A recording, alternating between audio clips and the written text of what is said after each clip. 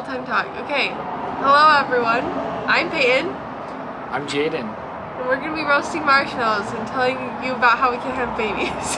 When's the last time we vlogged? It's been a long time. So we have been married together for 3 years. Yep, March 20th, 3 years. And we started dating when we were in high school. Just as little teeny tiny sophomores. And I have a cold, so I don't always sound like this. I just have a little bit of allergies are getting me this year.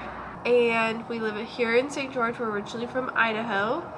And we moved to St. George because Jaden is in nursing school. Here's the real reason why we all have gathered here today. And that is to join us on our infertility journey. This is quite the story, so we'll try to make it short and sweet, and it's pretty intense actually. It's pretty crazy. Yeah. Just how everything's worked out. Yeah, so where do you want to start from, Mr. Jaden? Well, first I want to say that for some reason we just, oh great. Sorry about that. We've always kind of talked about how we thought we'd have issues getting pregnant for other reasons or whatsoever, but not the way that we've kind of come to know now. Events had led us to take a at-home sperm analysis test. We follow a couple online named Jared and Britt, and they shared about their male infertility journey. And we thought that maybe some of the symptoms we were having might kind of relate to some of the things that they were going through. We just bought it off of Amazon, came to the door, and we just tried it, followed the directions, and it came back as 0 sperm, which was kind of a shock.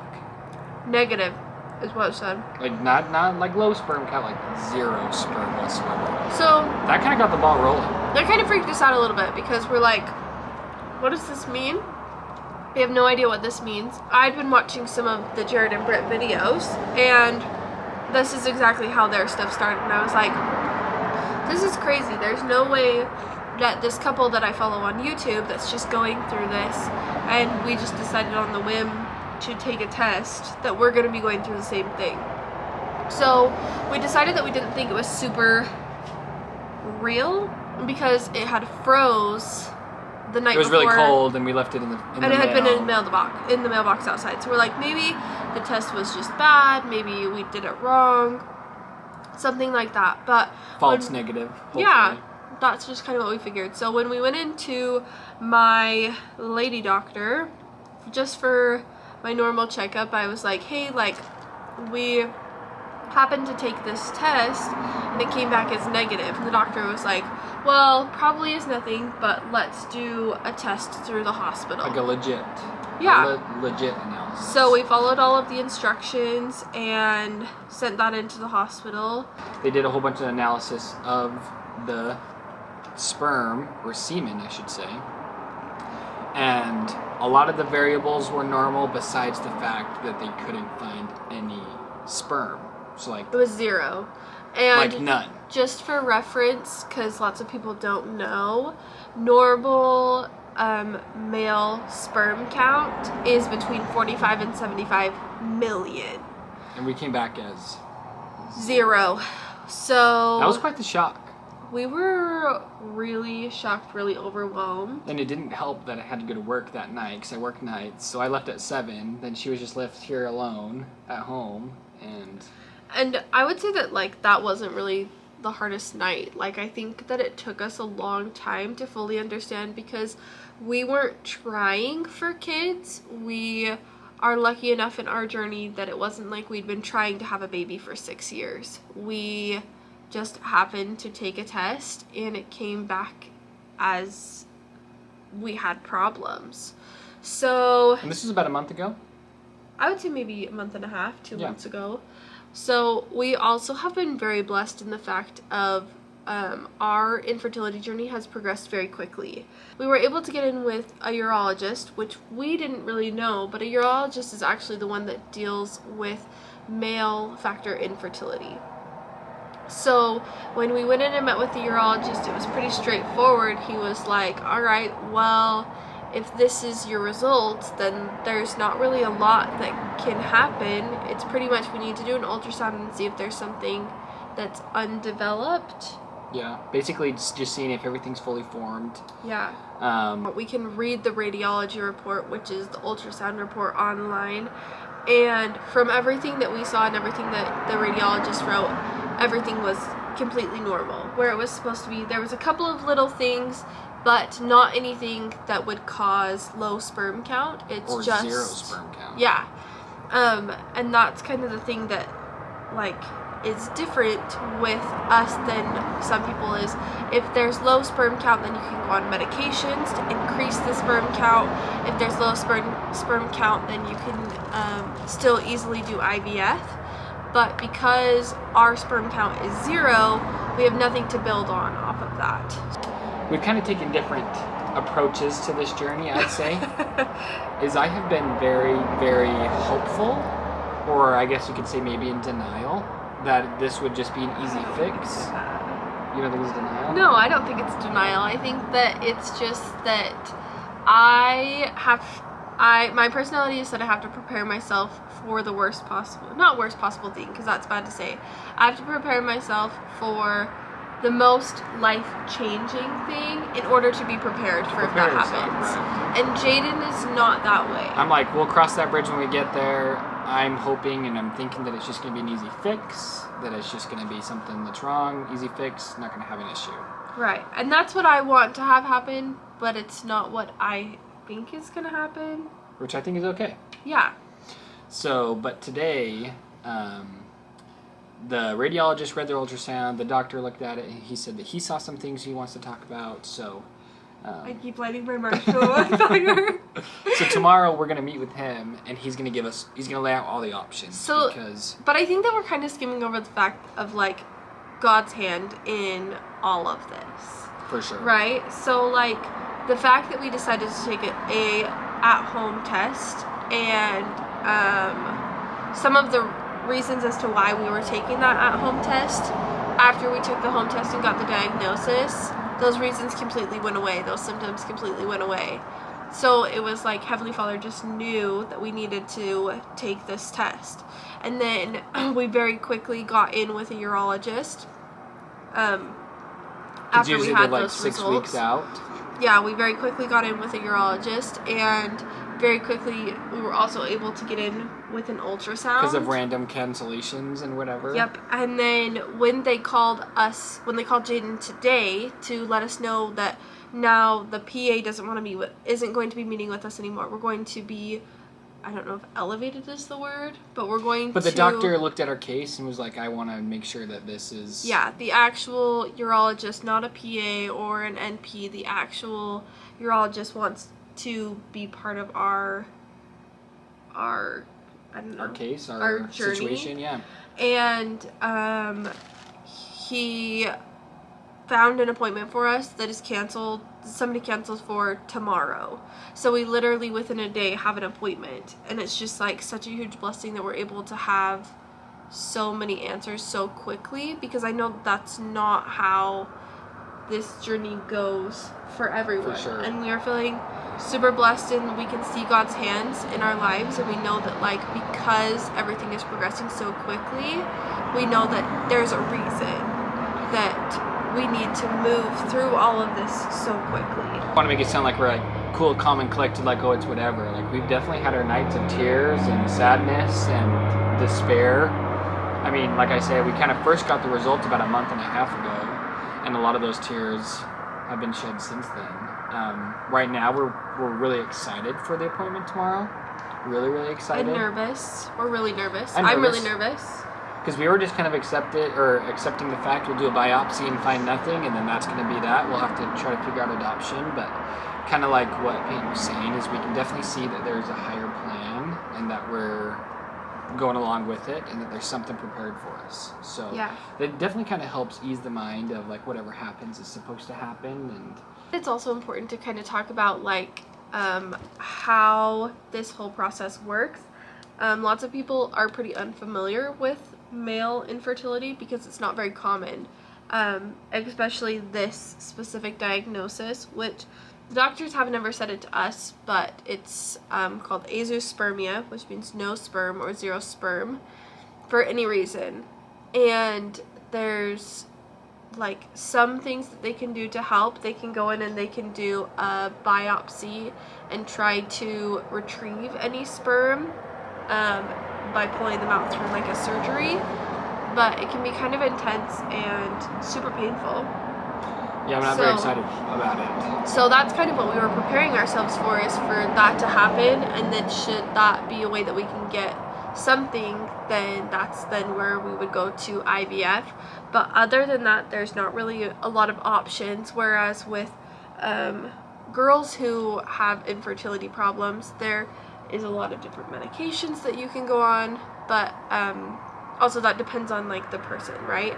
So this whole journey has been a lot of learning, especially doing a lot of research on our own, because only 1% of all men have this diagnosis. Yeah, there was no trauma, no nothing. Like I said, all the results came back normal, so it really is just like almost kind of like we said, God sent. Like there's no medical reason why I shouldn't. So far, at least that we know of. Right. And I think that that's one reason why we kind of want to do this whole thing of our journey, is first thing because we want to have the memories of it. We want to be able to look back and see where we started so that we know where we come from. And then second, so that people who are going through things like us can know that they're not alone. Because I know that for us and for me, it's been super helpful to follow Jared and Britt in their journey and see like the processes that they're going through and the things that they have to do and the struggles that they're going through. And there's a couple of other people who are going through infertility that we follow as well on social media that just kind of help. Which I think it is really common, but they're just not really publicized. Right. Yeah, and so it's helpful to know that you're not alone in all of this, to know that there's other people that are going through similar things like we are. Right. There's lots of feelings that come, especially, Peyton doesn't like me saying this, but me being the quote-unquote cause of the infertility, there's definitely lots of emotions and feelings that come with that. And just thinking about when we're definitely planning on having a future. We don't know exactly the means by we're... Kids in the future. What did I say? We're planning on having a future. Oh, yeah. Yeah, definitely having a future. We are planning on having kids in the future. Sorry, in some skipped way. over that. Absolutely. Whatever that process may be, there's definitely going to be a family and kids involved. But just the feelings and emotions of how that's going to feel, it's definitely hard to take in.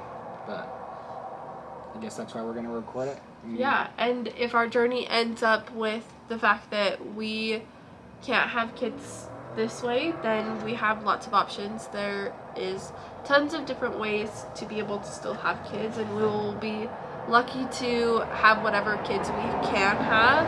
And I think that that's another good reason for why we're doing this, is because should our journey lead to be through adoption, lots of times people find their babies and their kids from other people and through social media and all of those kinds of things, and it would be... We like to think there's somebody prepared or somebody that's in need of us to be parents, and yeah, so we're just waiting to figure that out. For sure. Wanted to film tonight so that we could kind of start going through our journey and like recording our different steps through this process, because it's gonna be better for our memories, I think. And our family is all still in Idaho, and so we're also hoping that by doing these little videos that our family will be able to kind of come along and be a part of our journey where they're not here to like actually be with us. For sure. I do think it's interesting, we've talked about this before, is how much we talk about kids just in general conversation. Especially with patients, us working in healthcare, you just make small conversation of always asking, oh, how many kids do you have? Or you're getting asked, do you guys have any kids? When are you going to start having kids? Which would be just typical small talk, is now like hard hitting. Like, do you explain? I mean, sometimes I've kind of decided like I'm going to make it normal and be like, sorry, I can't have kids. And just kind of bluntly say it instead of trying to tiptoe around it. Yeah. But the conversation comes up almost every day at work. Is like, oh, do you have any kids? Like, no, no kids. It's not a problem, but you don't realize how like triggering it can be for somebody who is going through infertility. And I had no idea what that was like until like it was definitely triggering for me. Yeah, until I was around a bunch of people that were asking, and it's just so awkward, especially when you're not ready to share and be open about that kind of stuff. We've decided pretty early on that we are just going to be open and honest with anybody, because this is who we are and we don't need to carry that burden by ourselves. Want as many support and as many prayers and as many friends as we can have to be able to go through this with us. When it helps a ton, it helps a ton. For sure. Yeah. I do think it's funny to see people's reactions, though. It's so awkward. I feel so awkward, but because like, oh, there's ways. There's ways. Yeah, it's always interesting the way that people respond. Not that one way's bad or one way's good, and like we've learned to just like roll with it, I guess. But it still is like so awkward. Well, and I hope, like I said, I hope we don't come off flippant about these things. And another thing that we've done is we've definitely not made a joke about it, but we like to joke about it. No, I would say that's a bad way of putting it too. I would say that we are laughing through the hardship. For sure. In moments where you think about kids, and then everybody has kind of the elephant in the room. Yeah. Instead of like just having that elephant, you just make a quick joke about it, and then you kind of move on. We have done okay. We've done great, better laughing through those moments. Sometimes our friends don't like it. Right. Like, stop. Right. It just makes it so much easier to deal with when you can still find joy and laughter. Well, I think that's another thing about this vlog, not only information in our journey, but just how we cope and live and make the best of it. And in the long run, maybe it's going to be horrible and we're going to build more trauma, but so far it seems like it's working out okay. Yeah, that's kind of the recap of our journey. I feel like we just skimmed the surface, just because there have been so many highs and lows and deep thoughts. But I think that's why we're starting now, so that hopefully you guys can come along with us, like tomorrow for our appointment. And if you have any questions, I mean, we don't know a whole lot, but we're here for you, and we hope that you guys will pray for us too in our journey, that whatever God's plan is, that we will have that happen for us. And we can recognize it. And we'll keep you updated about the thing tomorrow, because I think it'll be a pretty big one. Because before it's like, okay, we've had this, okay, let's just try these couple things. Now it's like, okay, this is the situation. Yeah. These are our options. I think tomorrow is going to be probably, other than getting the initial test results, the most important appointment that we've gone to so far. I'd say so. I'm really excited to find out what the doctor says, so follow along and subscribe to figure out what our journey is going to be, and hopefully we can get everything figured out in, but I'd say get some answers. I'd say that we're optimistic. Yeah. For sure. And it may not be the conventional way of creating a family, but I think we're optimistic of what our family can be. So. Yeah. We've got lots of fun plans, and we're just excited to be able to share our journey and our lives with people who hopefully can benefit and know that, like, even though sometimes when you're going through hard things, there still is happiness that can be found in life. For sure. Absolutely. So, we will see you tomorrow. Follow along. For our appointment with the urologist. We'll see you then. Subscribe, turn on the post notifications so that you can know when that video gets uploaded, and we will see you in the next one. I'm going to bed. Me too. I gotta go blow my nose.